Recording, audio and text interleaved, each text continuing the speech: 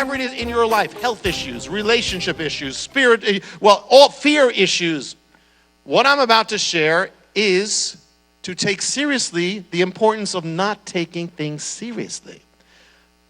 Example, a lot of believers focus on the enemy, the area of the realm of the enemy. Now, we should take him seriously that he exists. Paul said we are not unaware of his scheme, so we are to be aware of it. We are to take note of it. We are to take guard for it. We are to know, okay, he is doing something or he may try to do something. So be serious about that. He exists. He plans against us. And without God, we are no match for him. Without God, it's nothing. We would have no hope with him. But we are not without God. You are not without God. And therefore, if you're always focusing on the enemy or fearing the enemy's power, you're in the wrong. You're in the wrong, and it's going to hurt you. If you're trusting in God, if you're in God's will, if you're moving in God, then the enemy is nothing compared to God. Compared to God, the enemy is nothing. It's not about a bad God and a good God. It's not like the two people on your shoulder, though they show you. It's not that.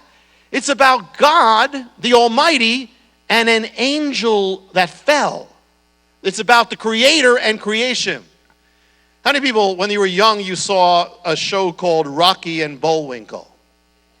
And remember, they had a character called Mr. Big. And he was a very fearsome figure. You would see his shadow, this guy, and everybody was afraid of Mr. Big. But it turned out, when you saw Mr. Big, he was just this little twerp guy, but he was a big shadow. And that is also a truth that concerns the enemy.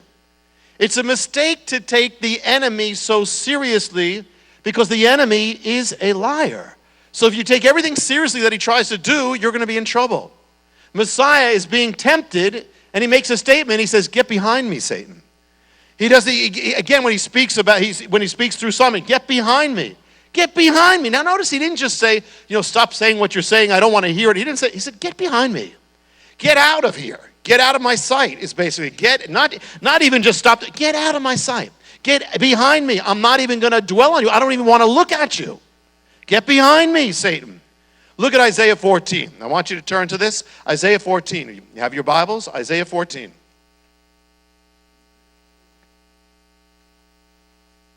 And this is what it says in the Bible about one called the king of Babylon. But the king of Babylon here is clearly a symbol of the enemy, because it says things about being a cherub at the beginning. It says things that could never be of a person. So he's like a type of the enemy. Isaiah 14 and verse 10. They will all respond. They will say to you, you have become weak as we are. You become like us. All your pomp has been brought down to the grave with the noise of your harps. Maggots are spread beneath you. Worms cover you. How you have fallen from heaven, O Lucifer, or morning star, son of the dawn. You've been cast down to the earth. You who once laid low the nations, who said in your heart, I will ascend to heaven. I'll raise my throne above the stars of God. I'll sit enthroned on the mount of assembly. On the utmost heights of the sacred mountain, I will ascend to the tops of the cloud. I will make myself like the Most High. But you are brought down to the grave, to the depths of the pit. Those who see you stare at you. They ponder your fate. They say, is this the man who shook the earth and made kingdoms tremble? The man who made the world a desert, who overthrew its cities, who would not let the captives go home? All goes on and on. And what is it saying? And it's talking about a man, and it's talking about he's a shadow of the enemy. What's it saying? Here, the enemy in the end is going to be like nothing. Is this the one? Is this the one who shook the world? It's like not taking him seriously. Yes, the enemy's out there, and be aware of him, but you're in God. Compared to God, he is nothing.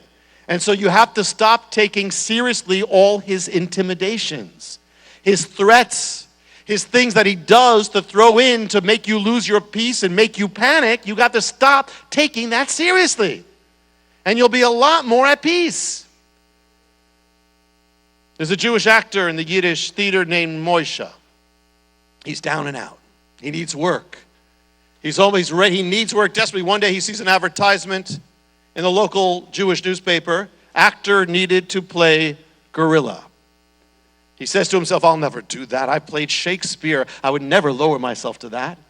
He sees the same ad every day, and finally he's so desperate for money that he finally breaks down, goes for the interview.